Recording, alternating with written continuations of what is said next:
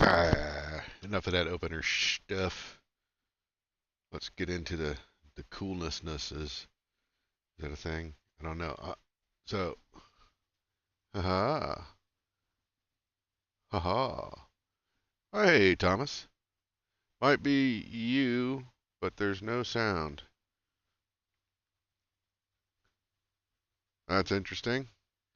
Um, Before I get carried away, let me go over here and see what I hear. Blah, blah, blah. Click on this. Click on this. You, but there's no sound.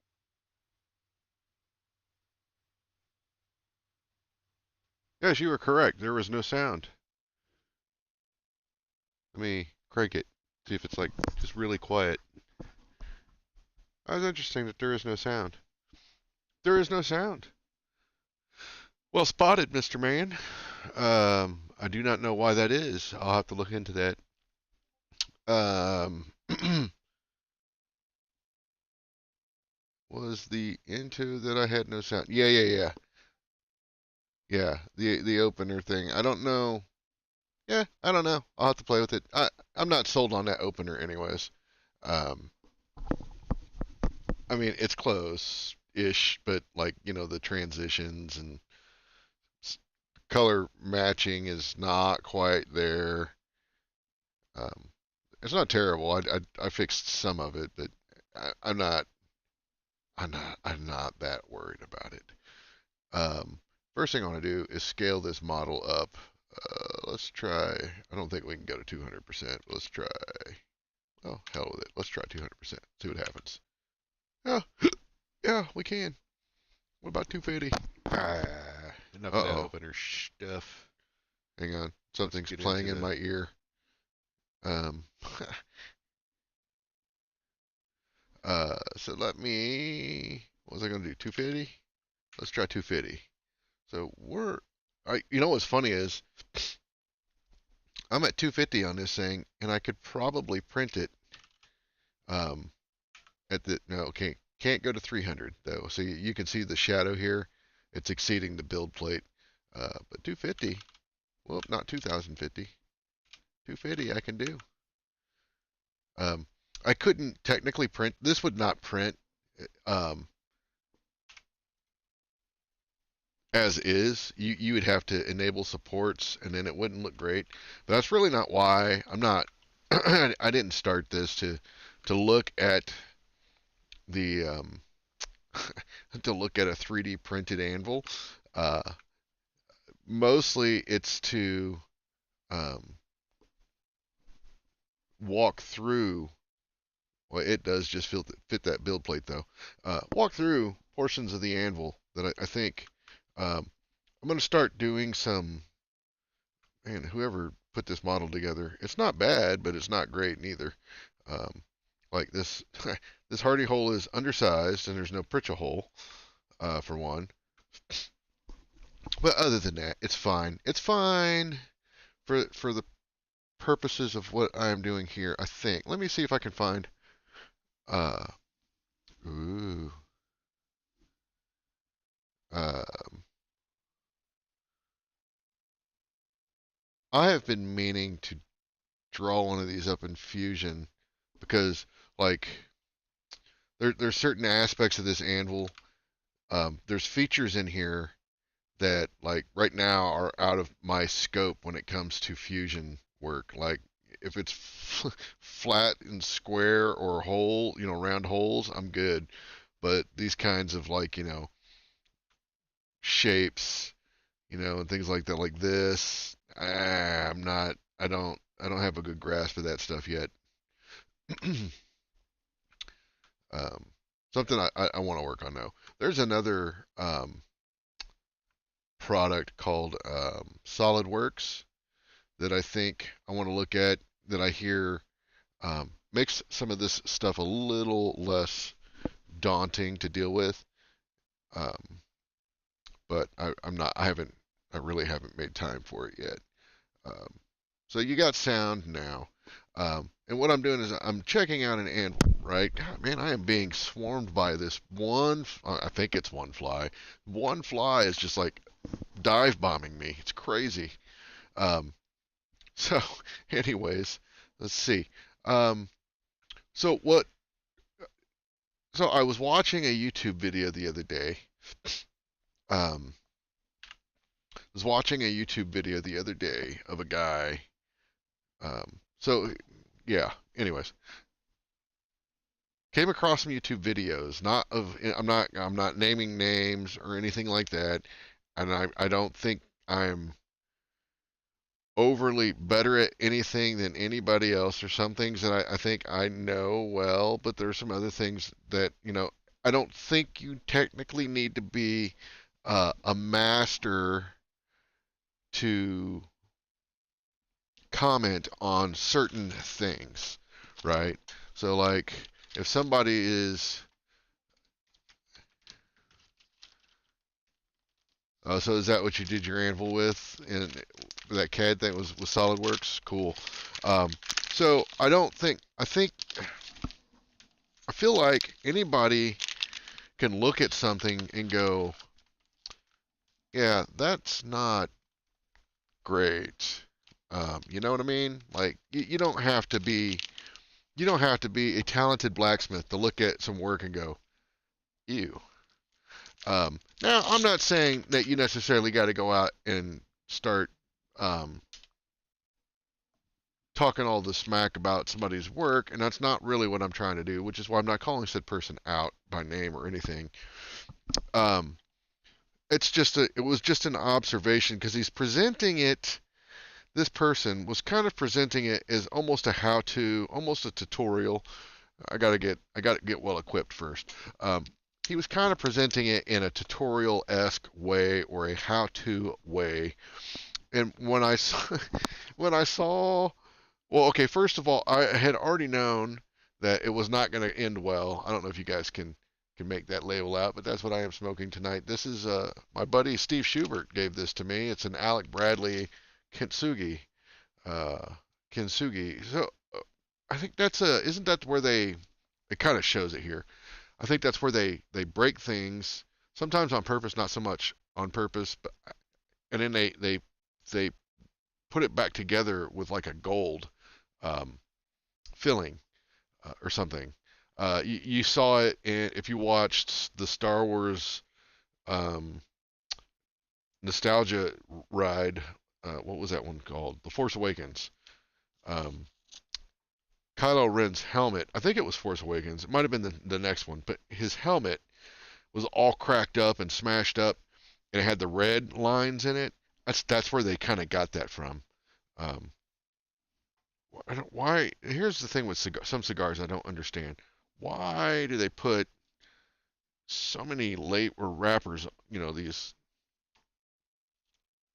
Get, I don't mind one being where it's supposed to be, but good lord, that was like all of them. Anyways, so back to the tongs guy. Uh, so the tongs, right?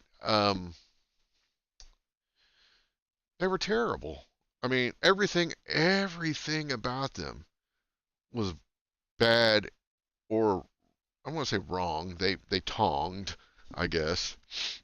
So yeah, you can't say it was wrong. I feel that would be um, kind of snooty to say that they were wrong. But I will say that they were bad. They were bad tongs, and structurally, I don't suspect that they would last very long based off of what I had seen of them. Um, he had done a pair of dividers in a similar fashion, um, and I don't think the dividers would hold up for very long. They would become very frustrating to use after a while. And again, he's presenting this stuff as if it's a tutorial or a how-to on how to do the thing, right? Um, and that's what kind of got me going. Hey, wait a minute. So I thought to myself, okay, instead of just talking smack about it, maybe you should do something about it. So it's not coming soon-ish, but I'm gonna do a video about making tongs. Um, So I'm going to do a video on making tongs because there's a bajillion of them out there, and I don't have to worry about anybody looking at mine and critiquing it too much. But I want to use it as a means to do certain things. Um, so I want to do probably a couple of videos on tongs, on different types of tongs. Um, I probably will not do a hammer tong video. Um, I don't know. I might. I've seen a couple of them out there. Only one is okay, and I say only okay because they don't go into a lot of detail on making them. Um, so it's kind of like, well, but at the same time, uh, I don't feel like I'm an expert on making hammer eye tongs, at least Brian Brazil style hammer eye tongs. I do not feel that I'm an expert on it. Only made like, I think maybe two pair total, and it's been a long time. But I know what it takes to make a good pair of hammer eye tongs. And I think knowing is half the battle. Um, uh, so tongs, basic flat bit tongs, I think, and then maybe a pair of bolt jaw tongs. Because once you have those two under your belt, I think making most anything else is kind of follows suit pretty easily. Um, Flat bit tongs, you can essentially turn those into V-bit tongs pretty easily. Um, you can flat bit tongs, if done correctly, you can essentially take that same process and turn those into box jaw tongs. Bolt jaw tongs, you can do a variety of things with those. A bolt jaw tong, you can technically you can turn the same process of making bolt jaw tongs. You can kind of just make a few adjustments, and then you're making pickup tongs. Um, it's amazing to me how way behind YouTube is in terms of like the latency. It is. I just looked up, and it's just now showing you guys the label of the cigar. So it's a bit slow.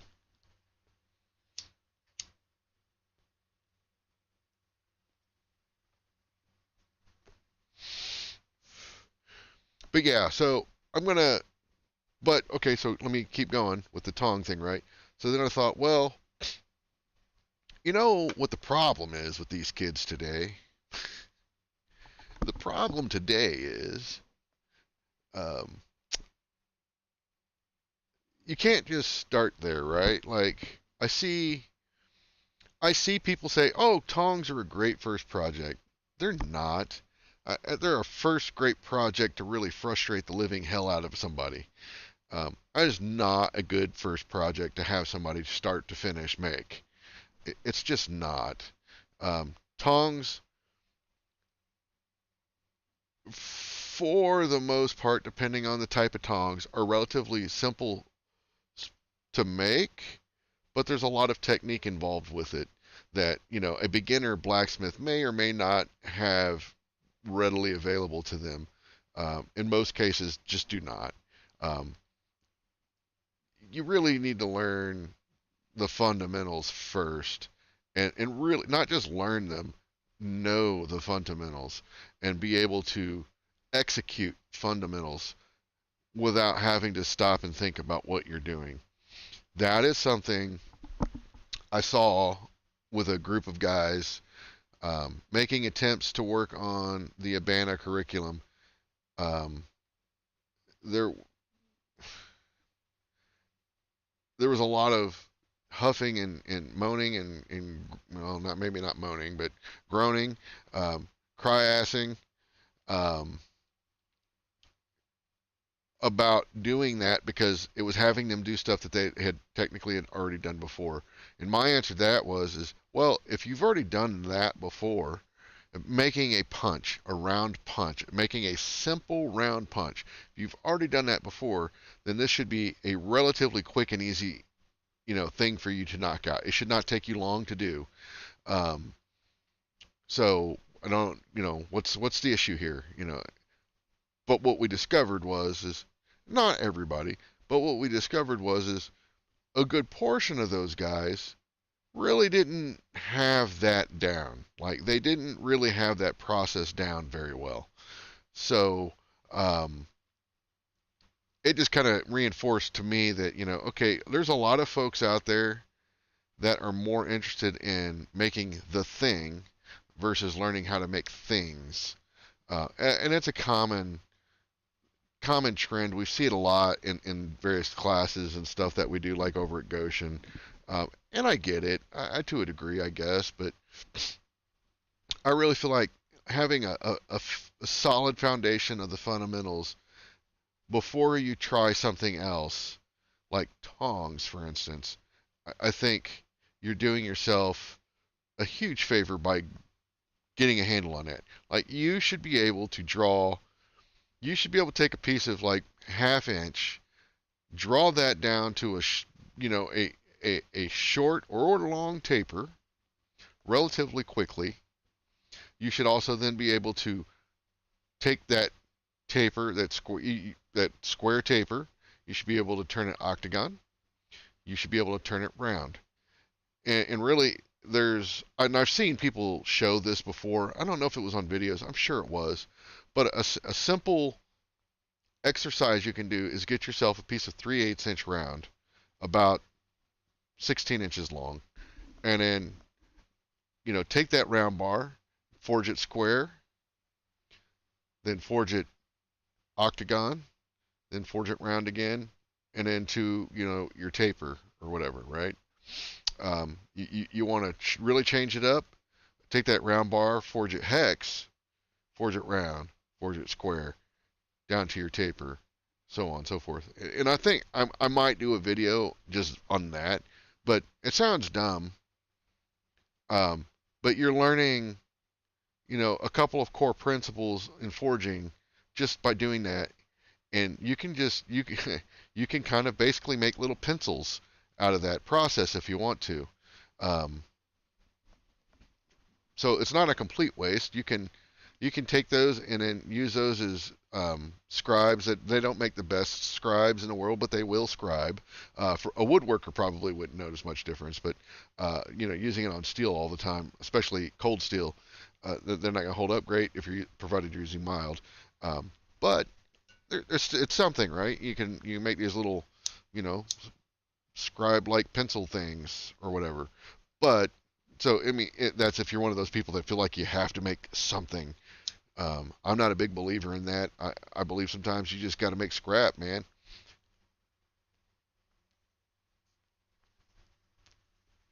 By the way, that's a pretty good smoke. I'm digging the flavor on that. I like it. Um, so, but you take a 3/8 bar, and then Roy did a class like not he didn't do that, but he did a class on fundamentals at Goshen once, and I thought it was a really clever take because you still are making something.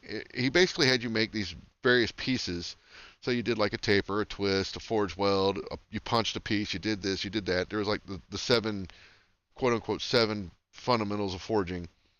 But each piece, he made like a little keychain hoop thing. It was, I don't know, 4 inches diameter maybe.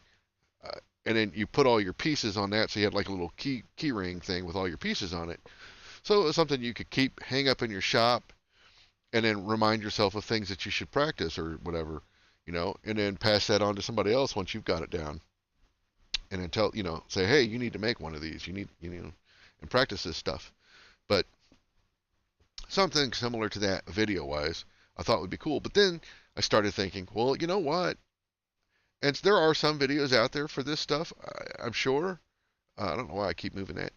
There are videos out there for these kinds of things, but there was something else in the tong making video that guy did that I went, oh man, it's like he doesn't technically understand like just the basics of his own tooling, like the anvil, for instance, and showing people, you know, this is not the greatest example, but it's a decent enough example. Just to well, I think I can put a hole in this thing, uh, somewhere, somehow. Yeah, I'm not gonna mess with it right now. Um, but like if there was a Pritchell in here and this hardy hole was more appropriately sized, I'm a big believer that your hardy hole should be at least 1 inch square. Um, and honestly, I don't necessarily feel that it needs to be much bigger than that, but I get it. You got a ginormous anvil. You kind of want the hardy hole to look proportional to the anvil. I get it. But I can almost guarantee that nobody out there watching any YouTube videos about forging, those dudes do not need inch and a half or inch, like even inch and a quarter. Do not need hardy holes and tools that size. They just don't. You're not a fucking railroad worker. You're not forging rail or anything crazy. Come on, you get a grip, people. And this fly, I tell you what, he's a little son of a bitch. He keeps he keeps dive bombing me. Um, but yeah, you don't necessarily need all that. But I get it. If your animal's got it, use it, right? Um, you got to work with what you got. So, but one of the things he was, what was he doing? I don't remember necessarily. But then, so ultimately, it made me think. Well, maybe I should actually do a video. I'll do an actual video with multiple anvils because I think um, I've got a couple of anvils that I think I can use as like demonstration pieces of showing, okay, well, here's this, here's this, here's this, and here's the differences here. But this is like, I would guess you could call this your typical London pattern anvil, right? So, we all know the horn, the step, or the shelf, or whatever you want to call that. And I'll look up all the various terms. Maybe I'll use Mark Asbury's book to define these things because that seems to be, I don't know, kind of the gold standard in terms of that kind of stuff. Um, I don't necessarily like. I call this the horn. I've heard it called other things before, but to me, it's a horn. You got your hardy. There's no Pritchell on this particular anvil. You got the body. You got your feet. But what he was doing is that's another thing. Anvil orientation. I know a lot of guys face the anvil in this orientation. If I didn't forge the way I do, well, technically this is the kind of the orientation I work in, but I'm more here. This is typically how I face the anvil, right? So that's how I'm approaching my anvil. But I can easily take a half step and I'm right there. I'll work from this side every once in a while. But I most of my work is done in this orientation, or maybe even a little more like this, but more like that. And the reason for that is I work the edges of my anvil, right? So if you look, when I'm here, I can see down either edge of the anvil. I don't have to guesstimate where I'm at. I can see it. If you're here and you're putting a piece over and you're trying to hit that with your hammer, it's just making it not harder. You can get used to that, I'm sure, but it's just not as visibly um, identifiable, I guess. I don't know if that's the right words. Words are hard. Um, and I've seen people do some interesting things to combat that when they have to be really precise. Um, so, but yeah, I typically work here. I see most people work in this orientation. Now, when it's in this orientation, it could be this way. Oh, come on, fly, working here, or this way. Um, Typically, that would be dependent upon if you're left or right-handed. Um, I am right-handed. I swing with my right hand, so I would be facing the anvil in this orientation. And the reason for that is that puts the horn closer to where I'm at. I can just back up and I'm on it, and it keeps my hardy hole away from my hammer hand. Um, so if I should forget to leave a tool in there, I'm a lot less likely to just knock my hand on it. Whereas if I was hammering on this side, could be worse. So that's just kind of the way that I do that. I am not a believer that there is a correct or incorrect way to approach the anvil. It's whatever works for you. I've heard people say, "Oh, you got to blah blah blah and do this and do this." Man, I will tell you right now. I will tell you right now. If somebody's, it's one thing if you're a beginner, but if you've been forging for a while and then somebody's telling you your stance is wrong, you can tell those people to go get bent. Um, that work how you work. I will suggest this to some people to try this, but I don't like demand it or anything. I'm just like, if I see you struggling in this orientation, I will say, hey, try this. I will also tell you that in standing in this way, and I will demonstrate this in the video when I do it. This opens your body up a lot more to deliver a more powerful strike when hitting the anvil. Um, when you're standing this way, you're essentially swinging in front of yourself, and you're bunching yourself up like that. You're not trying to brace the hammer, you're trying to let it come down. So it's more natural to come out this way. And you got to stand it. You can do it in that orientation. You're just standing in my opinion, an awkward position. But again, if that works for you, man, do what works for you. Um, but he was no, that's not a fly. That's a moth. Um, but yeah, so he was he was doing some crazy. Anyways, I thought to myself, let's check out some anvils and see. Um, that I swear to God, I don't they were not here like 20 minutes ago. I started this stream and then I think two flies and a moth decided, hey, let's go fuck with that dude.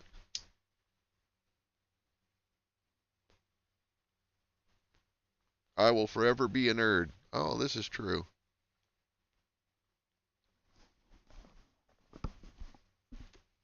And I will forever debate. There's nothing wrong with that. Absolutely nothing. So yeah, we got the anvil. So one of the things I said, looking at this anvil, yeah. See, so here's a problem. It's not a huge deal, but I would not. I prefer my anvils where it starts fading back into the hips here or whatever you want to call that. I don't like that. I don't like that at all. Maybe it could be useful. I don't know. Um, but I prefer my anvils to have a 90-degree, um, you know, on the sides. Those would be 90s. Um, I've seen anvils, European anvils, that have the breast. I don't hate it. I don't hate it, but it really limits what you can use that side of the anvil for. You can get around it if that's not a huge deal, but it seems like a specialty anvil to me when it's got that breast um, there. I'm not a huge fan of it. If you have the capability, you can put my anvil drawing up on the screen if you want. Uh, I don't know how I would do that. Did you send it to me or something?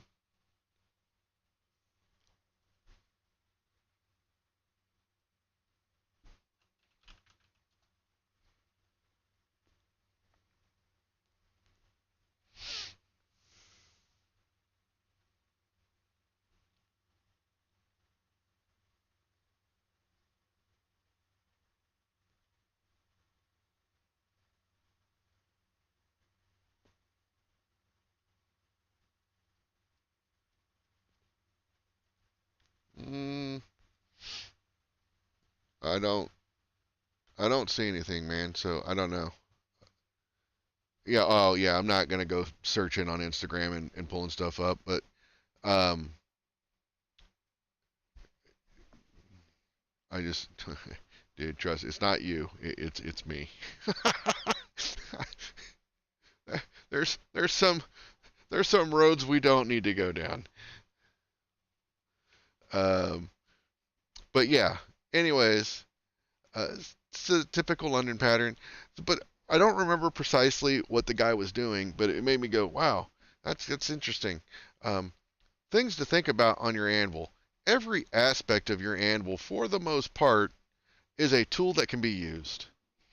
Um, but going back into somebody asked me why I felt drawing out over the edge was superior to the drawing out over the horn. All right, so let's think about that for a second, and that's an easy one to answer. Um, from an efficient forging point of view, for an aggressive forging point of view, a well-radiused edge of the anvil here um, is a superior drawing out tool than the horn. The horn is fine, but in order to get the same sharp type of fuller, now this is way too sharp, obviously, but like to get a 3/8 inch radius, to put that on up here on your anvil is relatively simple to do. To find that radius on a horn and hit it accurately and efficiently becomes a little tricky. Um, but now, if you want a big fat radius, you've got one right there, and it's easy. You don't have to do a lot for it. I think Mark Asbury talks about finding the sweet spot. Um, and the problem, there's not that there's a problem. Like if you find it, mark it if you can, some way, memorize where it's at. Um, but the problem I've seen with that, okay, one, that sweet spot doesn't exist in the same spot on all anvils. It's going to be a little different based off the horn geometry. The other problem is based off the anvil itself, getting to that sweet spot usually means that you're going to be tilting your material up in a really odd way and swinging your hammer in a very unnatural way. Um, Not that it can't be done, but it just gets weird. Whereas I don't have to adjust my swing when I'm using the edge of the anvil. That doesn't mean I'm saying that it's the best way or whatever. The best way is the way that produces the best work for you. It's a way. Um, so it's a way to do it. I'm not saying it's the best. Well, I kind of am saying it's the best, but it's a way. It's a way to do the thing. Um, so yeah, you took a video of your? All right. Um, the we'll see. I'll see if I can figure out how to put it over there. Um, can I make it big? Yeah, I can make it big. All right. Um, so yeah, while I've got it kind of figured out, oh, now I can't. What the shit? Oh, here I'll do this, and I'll let that play while I'm yammering on. Um, where the Oh, here we go. So anyways, um, yes, some will have an upset block, an upsetting block. Some will have that. Well, what the hell do you call this thing? A shelf? Is it a? What do they call that? The little tab sticking off of the side. I hate those, by the way. I always joke with Greg Hagan that if he were to ever give me an anvil, one of those on it, the first thing I'd do is live stream me cutting that son of a bitch off.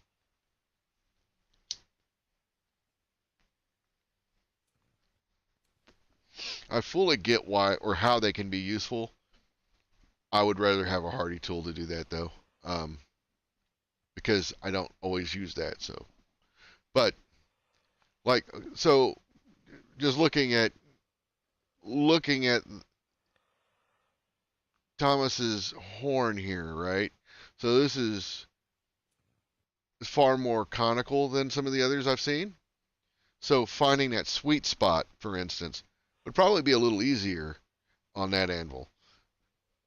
Now, unless that anvil weighs over 200 pounds, I'm going to still argue that it is not the most efficient way to draw material out because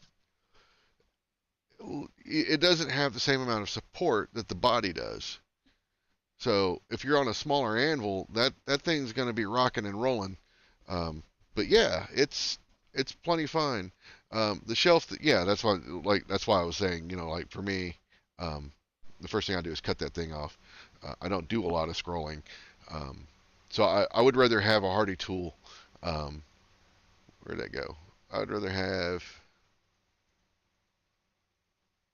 That's a good view of it. I would rather have a hardy tool similar to this, but just that I could drop in and use. But yeah, I can see where it'd be useful. I don't want it on my anvil at all times because, like I said, um, I work this way, and I use these edges of my anvil all the time. Almost any time I'm at the anvil, 2 inches from here to here is radiused about almost half an inch, not quite that much, but um, at least 3/8 of an inch, and then that radius tapers back to the back ends of the anvil on both sides, the same on both sides. Um, so that thing just gets in my way.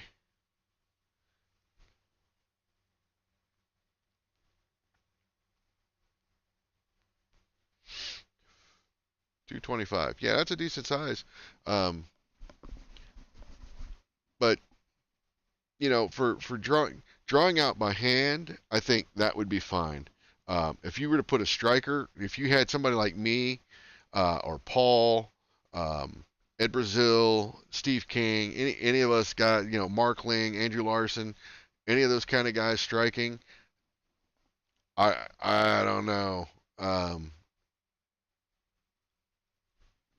I wouldn't have them swinging a sledgehammer at it with a piece up there, um, unless the anvil's mounted to a stand very well, not some stupid chains, actually mounted like bolts going. I saw yours had bolt holes in it, bolted to a stand, not a goddamn tree stump. Unless that tree stump is buried 3 feet into the ground, I would not have them doing that. Um, but like a 400 pounder, sure. That I wouldn't be worried about them rocking and rolling it too much at that point. Um, But again, I I'll tell you the same techniques used over the edge of the anvil still far superior over the edge of the anvil. There's just bar none. That is the most efficient way to draw material out and break it down. The horn would be the next. Banging flats is the least efficient. It can be done. It's the least efficient though. Um, he was also doing. Um, oh, that's the other thing he was doing. He was punching the holes for the rivets in his tongs. And I see this a lot. Um, First of all, um, 1/4 inch and up, 1/4 inch and up, you do not need to take the piece over your hardy hole or over the Pritchell hole to shear a slug out or a plug, whichever you discern, like whichever term you like to use for that. To shear that plug out, you have when you're punching a hole, right? And if you punch it, 3/4, or 80%, 90% of the way through one side, you turn it, go for the bullseye, and knock it through. It will shear out. It should have enough room to drop. 1/4 inch is kind of iffy. Um, the trick with 1/4 inch is you got to be perfect. Like you're lining up when you flip it, you got to be lined up perfectly for that to happen. But we'll get to that in a second. Um, but like 1/2 inch and above, you don't need to put that over your hole and knock it out. When you flip it and hit that bullseye, and knock it out, it'll shear out, and that's the plug will protect your anvil and your punch at the same time.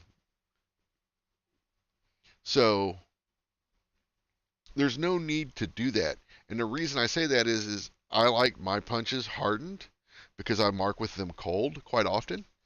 Um, so if I were to put that over my hardy hole and it shears out, but I'm not perfectly centered, I got off a little bit, and it hits the edge of my hardy, guess what's going to happen? It's either going to damage my tool or it's going to damage my hardy hole. Same with the Pritchell. you're not completely over it perfectly and you skip it, it's going to damage your tool or your hole or both. Um, I would prefer my tool be the one to get damaged, um, but there's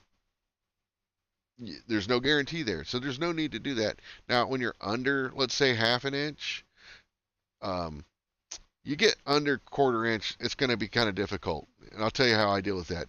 But quarter inch, you can shear a plug out on quarter inch stock, but you almost got to have that perfectly lined up, otherwise it's just not going to happen. Um, it can it can become kind of frustrating. That kind of stock, as long as you can see your hole when you go to shear it out, I think you're fine doing it over the Hardy or the Pritchell, whichever one. I don't necessarily recommend it. Um, I, you can get like a nut, a big nut, and put under there and knock it through, and then not have to worry about damaging things.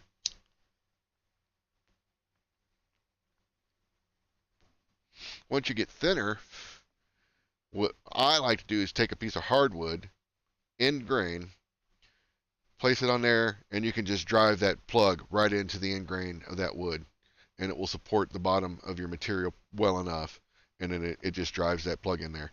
Um, and I do that with thin stock. All tricks I've learned from Brian Brazil, by the way. But that was another thing he was doing.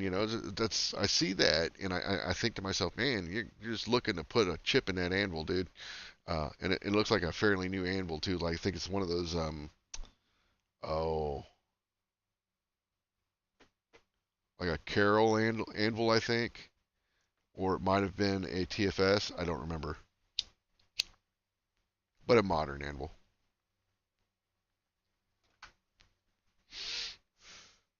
Another thing, like with the oh, what did I do with that window?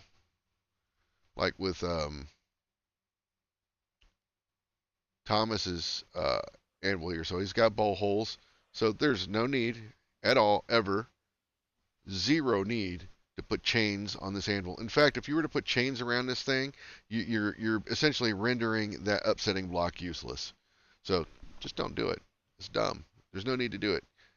Uh, I've heard people make the argument that chain adds mass. These are the same jokers that want to tell you about rebound. Um,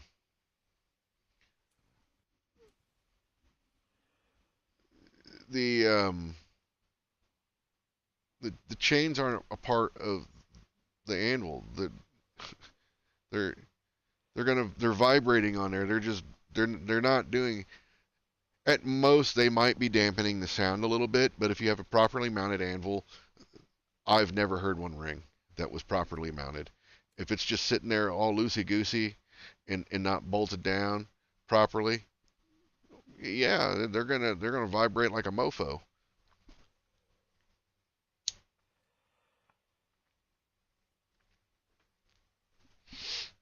So yeah, you don't put chains on them. There's no need. It's dumb.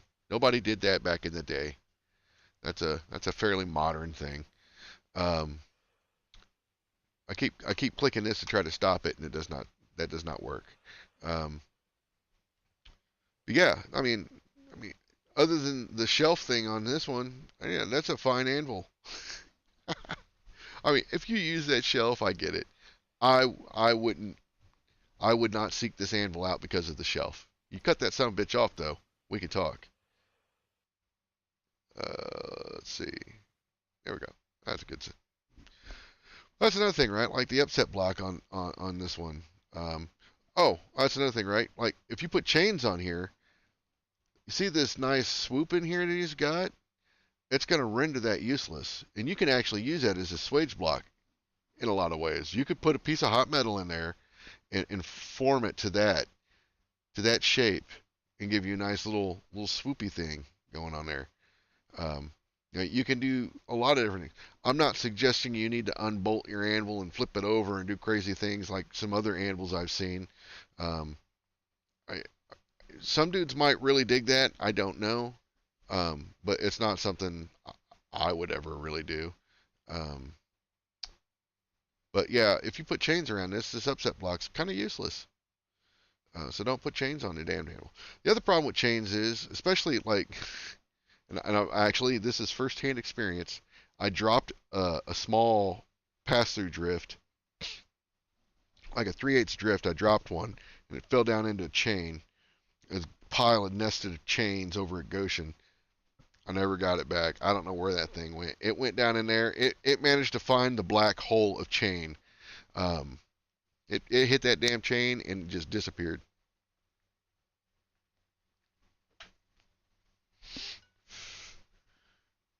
But yeah, so the get that out of there. Like you could do the same thing. This one's not as you could kind of use it. It's not as handy to use for that though.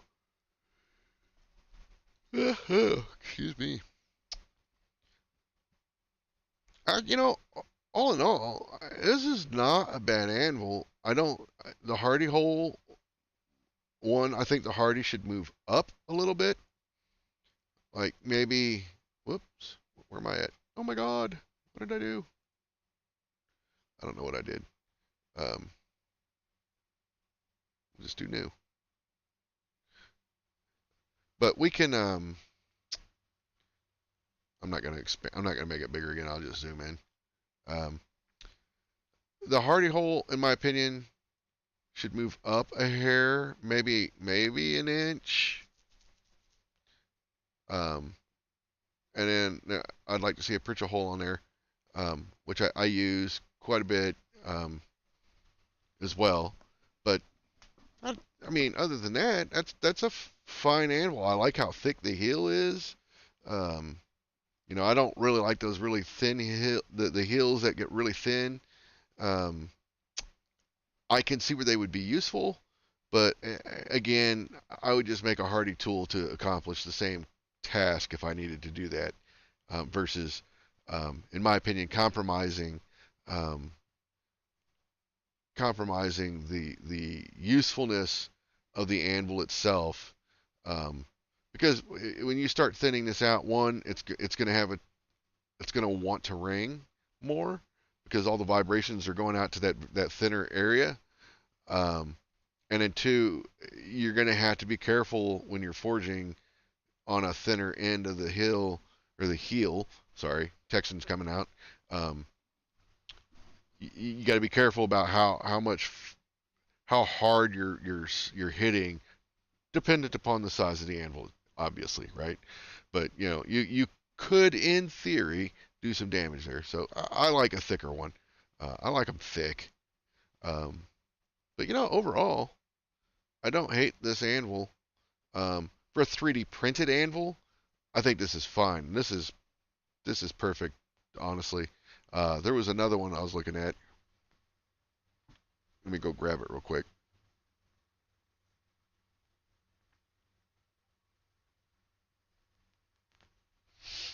Here it is.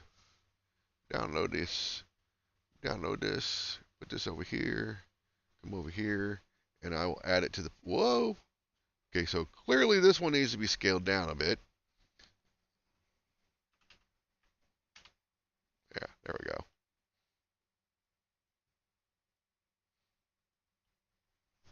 So this is closer to what I prefer to see in an anvil, for me. What I really like. That's I don't like this horn though. I'm not a fan of that horn. It's too conical for me. Um, but I can see where that would be useful. Um, I've really grown to like my Holland anvil, which has more of a horn like this. Um, but what I like about this guy is, look how much mass is under the Hardy on both sides. I mean, it's just chock full of mass. I mean, this kind of anvil is meant to put a tool in it and beat the hell out of it. This anvil, is meant to have a tool put in it and be very gentle. Um, Granted, the size difference here is pretty impressive. But this is closer to a German pattern anvil. Um, when I so here's the thing, and I've seen this. I don't know if my ruffling house is like this, but so like if I were to nitpick this anvil, right? One of the first things I don't like, I hate that the upset block is on this side because I work from this side or this way. So I hate that this is here. I would prefer it be over here, um, out of my way for the most part. I could I could make do with it on this side, but I would just prefer it be on the far side of the anvil, not the near side. The other thing I don't like is the dual hardies. I would prefer that this just had the one, and I would prefer it to be on the square side. And I would still like to see like a Pritchel up here, or something similar. I don't want one up here. I don't want anything up here that gets in my way. I work. This is this is the section of my anvil that sees the most use. This first, say, 3 inches of the face gets the most use. Sure, I could position myself a little more over here. But again, I work this way, so that makes it more awkward than I want it to be. Not that I can't do it. It's just why put myself through that? So I'm gonna scale this guy up a little bit. Try to get them closer to being similar sized. That's better. So that's from a purely functional. Well, you can see that there's a hole right there. It's probably what that thing was complaining about. Well, that would print wonderfully. Um, but I that so what that tells me, this was probably, I'm gonna guess, was a scan um, of an anvil, and then they tried to fix it up, dress it up.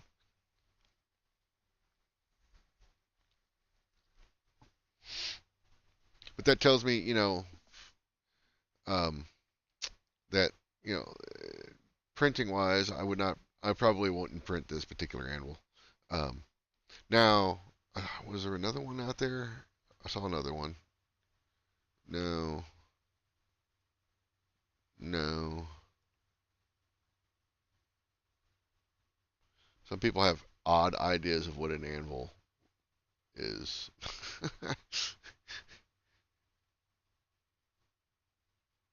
An anvil money box. Well, we all know that's fake. Does not exist. All right, so the website I'm looking at, that's about the most of it. So, anyways, um, yeah, if it wasn't for this hardy hole and the horn, well, I don't know. I don't use the horn that much. I use it for forming. I don't really typically forge over one. So that might be okay. I don't know. I would think trying to turn round would be easier with this one, though. Trying to forge something round.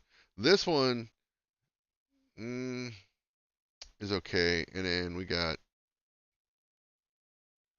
um, Thomas's here, which is more conical than I'd like to. But I can also see where on this one, getting a truer round when you're trying to forge something around would be a lot easier on a horn like this. In fact, I say easier. I can't do it on the other style of horns. I cannot get a good round on a horn like this. That's a little too a little too flat. Would I guess it would be the descriptor I'm looking for on that. I don't know. It looked like it was round, and then somebody smashed this part flat. So, I don't know. I think a little bit more in between would be better, but I think if you were turning things round more often, this would be way more handy to use.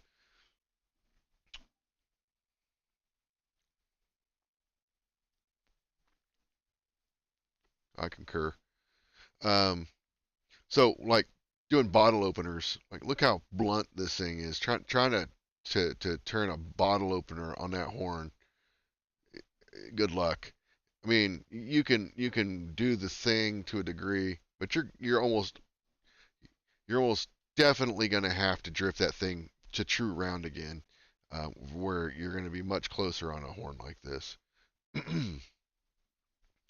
So, I mean, not that you can't do it, but like I said, it just that's why all these different styles of anvils exist, right? Somebody was trying to solve a problem that they were having.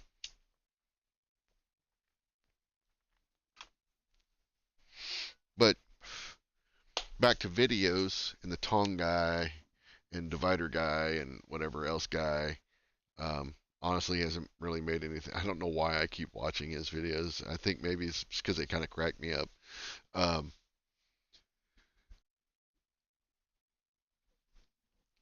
yeah, I'm getting tired. Didn't get my nap today, guys. Um, I would say I want to do a couple of videos. One on forging fundamentals. Um, but I think I'm going to start with basic tools. Like, here are the things that you need. And these videos exist out there. But, like, here are the things you really need to consider when you want to start blacksmithing. Here are the four primary tools that you need. You need an anvil, you need a heat source, you're going to need a hammer, and you're going to need tongs. You need a way to hold it. I'm not even going to say tongs. You're going to need a way to hold your material. Um, some guys use vice grips. I'm looking at you, Frank House. I think I've seen him use tongs once or twice, but good dude. Uh, but like figure out. You don't. If you look at historical anvils, right? If you look at ancient Chinese anvils, if you look at ancient Japanese anvils, if you look at ancient Scandinavian anvils, so on and so forth, you'll find a pretty common occurrence, and then that is most of them are really just a block of steel, just a block of metal, and it's probably no more than 4 inches by 4 inches. In many cases, they're smaller than that. So you've seen people say, you can take a sledgehammer and mount, and turn it up and use that as an anvil, which you can do that. That works. Is it the greatest thing in no, but it works. A heat source, you can create a forge with just, digging a hole in the ground and a hair dryer. Or a blowpipe. That works too. In fact, there's some countries where people still work that way. You know, um, few, but they're still out there.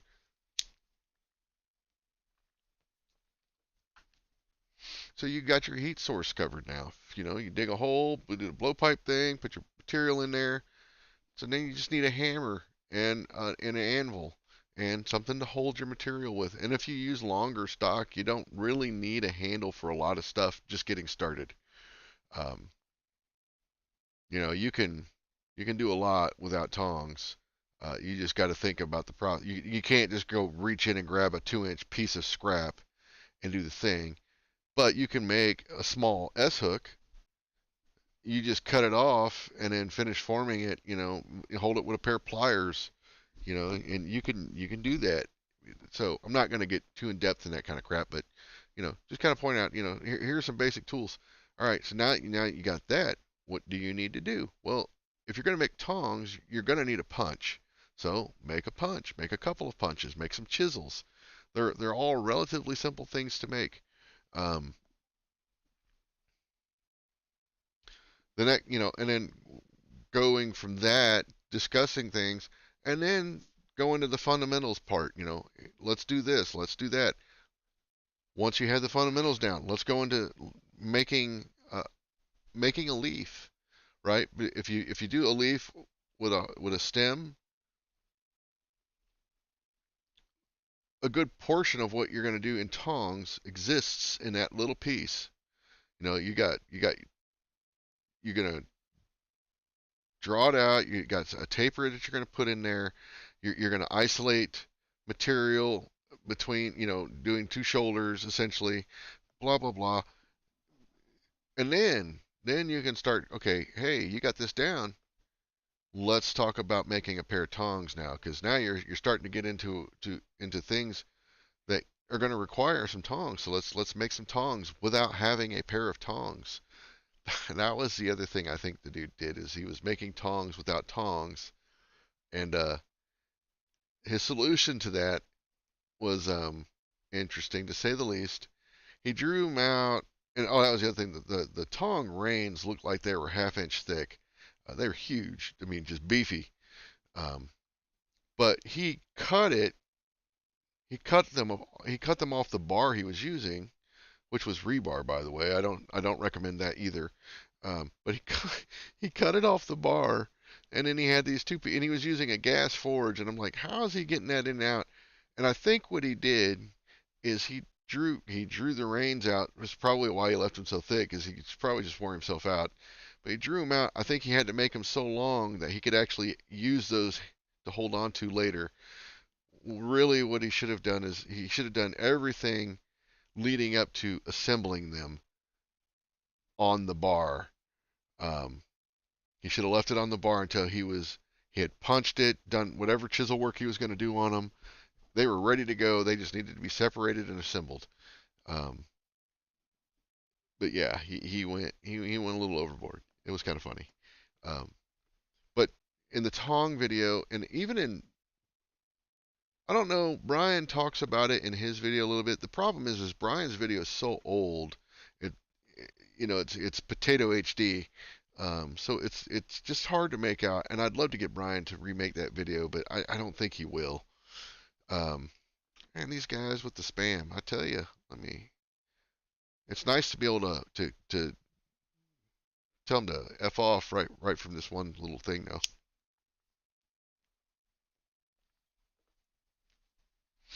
But I don't think Brian will do it. I might. Oh, that would be fun. I might be able to get Ed to talk Ed into doing one. Um, Ed seems really happy with just making the video. Holy crap, Bill! It's midnight. What are you doing? You got to get up early in a couple of days. You get on my sleep schedule, man. You're not gonna be there until noon.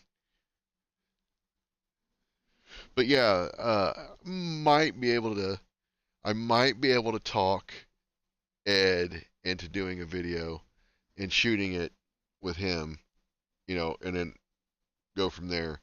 But I don't know when I'll see Ed next in an environment where that would make sense to do. Like, I'm hoping to see Ed in March, but that's not going to be an environment for this, for what I'm talking about. Um, so we'll see. I'll probably just end up having to do it myself.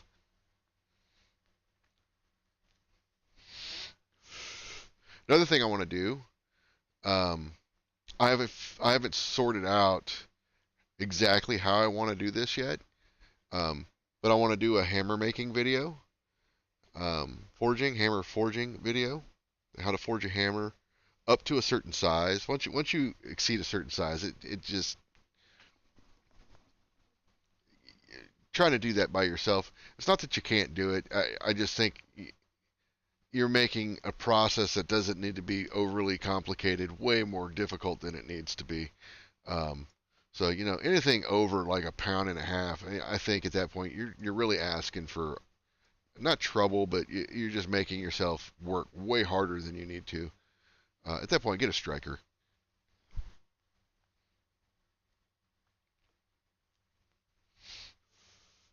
Yeah, I need to check on my fires too. I'm glad you said something, Bill. Usually load them up before I go to bed. That way, if we opt to run the fire again tomorrow, it'll be relatively simple to keep it going. Um, but if not, we'll just let it do its thing. Um, but I forgot how much I liked having my stove in the basement. Uh, it really, it's not, the basement is not very well sealed, so it gets drafty down here. And when it's 2 degrees outside, that sucks.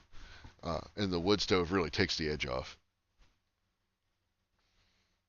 I mean, I think yesterday it was down to just below 50 down here, which that's getting in the realm of I don't want to mess with being that cold.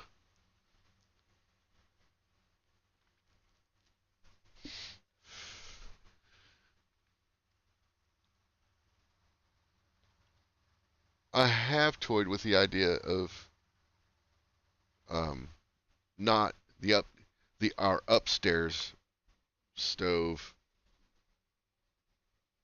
um, swapping it out for a pellet stove, but I don't think so. That's what I'm more inclined to do the pellet stove in the basement. Upstairs, the wife likes the ambiance of the fire and all that. So sometimes we take the door off and put the grate up just so you can actually see the fire. Um, but down here, I don't care about seeing the fire or any of that. And I think a pellet stove would be handy.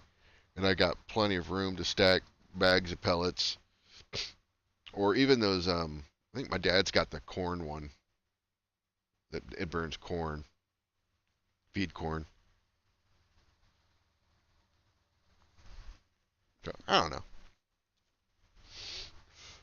I also don't like the idea of having to try to get this monstrosity out of here.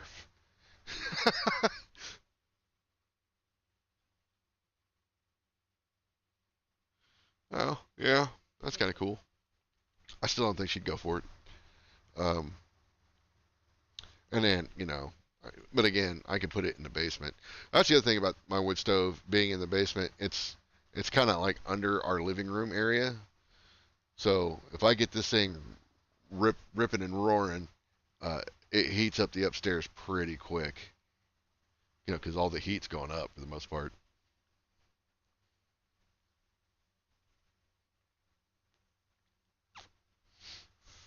Yeah, I don't know what our current temperature is. Yesterday it got down to like 1. Oh, I don't know if you're still there, Bill. I'm going to try my best to bring some pretty sweet beeswax to the hammer in this weekend. I'm hoping to get it. I need to run out to the shop. I'm not looking forward to that, but I need to run out and grab some beeswax so I can bring those pour some molds and pour them into my molds and bring them. I think you'll dig it. But I'm only going to bring 4 because that's all I can do right now.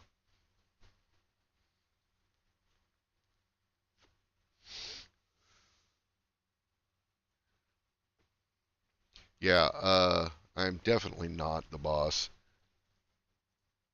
I can't make this claim anymore because she does cook more often now than she used to. But there was a time when I did 90% of the cooking and she still called it her kitchen. So now it's more half and half, but still somehow it's her kitchen. I don't know. I don't even argue that.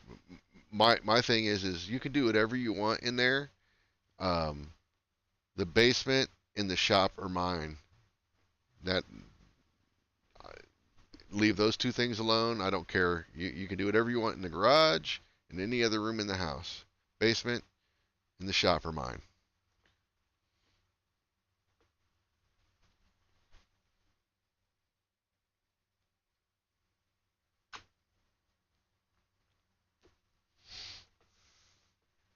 Yeah, I'm not gonna have anything elaborate for ironing a hat myself. Not this time. It's just It's been too cold for me to want to go out into the shop and work on anything.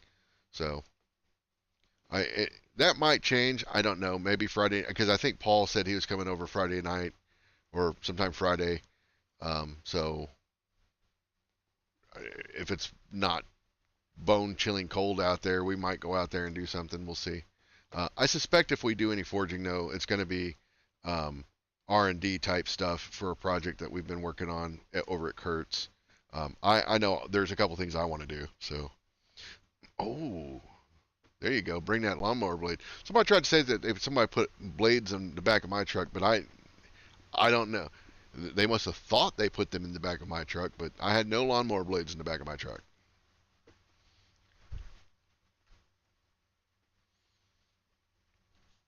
If I were to guess, that someone was Zach Rapatoni. So if he shows up to Steve's, I'd maybe slip it back into his truck.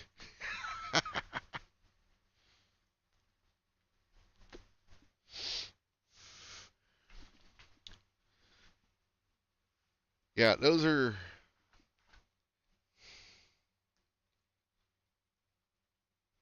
I I don't know.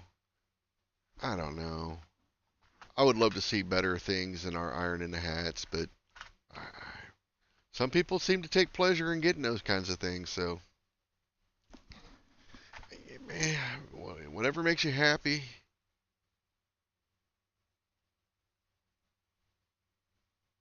Yeah, dude, you grew up in Michigan or something, didn't you? I grew up in Texas. Texas, right? Texas. Where I grew up in Texas, 2 degrees was unfucking heard of. Like what? Like if we ever had more than like say an inch of snow, we called that a blizzard. If it lasted for more than like 2 days, that was like calling in a state of emergency.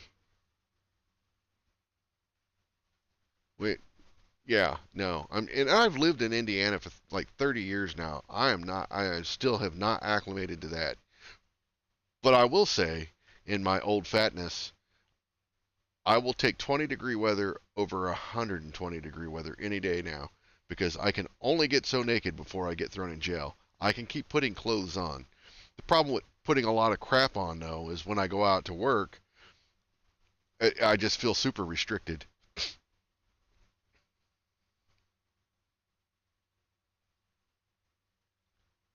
For sure,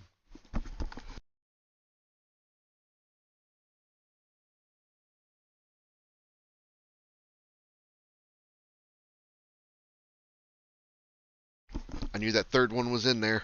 I could feel it. Ah, all right. Anyways, this little bastard, right? I don't want to kill him on my monitor though.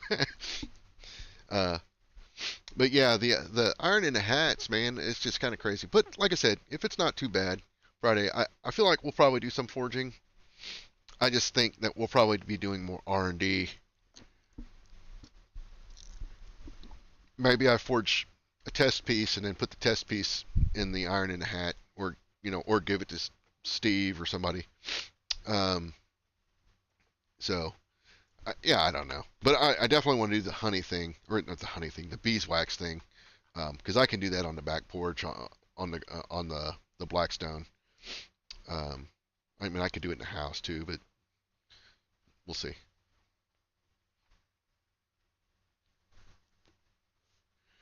But I'll definitely have that, and I think you'll dig them. Uh, in fact, I put some water in that mold today and put it outside, so it's probably already frozen. I should go check on it. Anyways, that's all I was really going to be doing was just kind of playing around with this.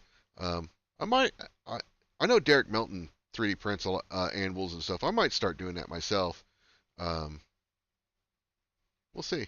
I definitely want to print a larger, usable 3D printed anvil for with clay to use it with clay. So something I've been talking about doing, threatening, and I haven't done it yet, but I'll eventually do it.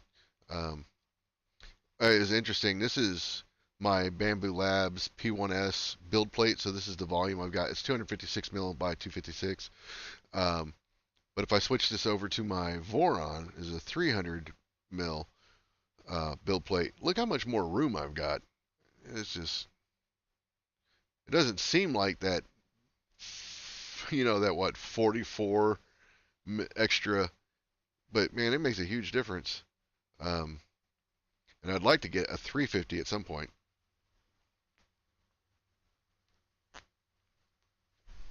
Looking forward to it. I'm not looking forward to that drive at all. And I need to check with Corbin to see if he wants to go. So if he wants to go, I can pick him up. But yeah, we'll be there Saturday, Paul and I, unless something comes up or the weather is just too bad that it doesn't make sense. But I don't think it's supposed to be like maybe a little bit of snow. Of course, folks down south have been getting way more snow than we've been getting up here. I think in the last 2 weeks we've gotten a whole 3 inches. Um, so I'm not complaining. Could be worse. Anyways, I'm going to call it there, and I hope you guys have a good night and that you get to stay nice and toasty. Um, and then I'll figure out how to stop my stream.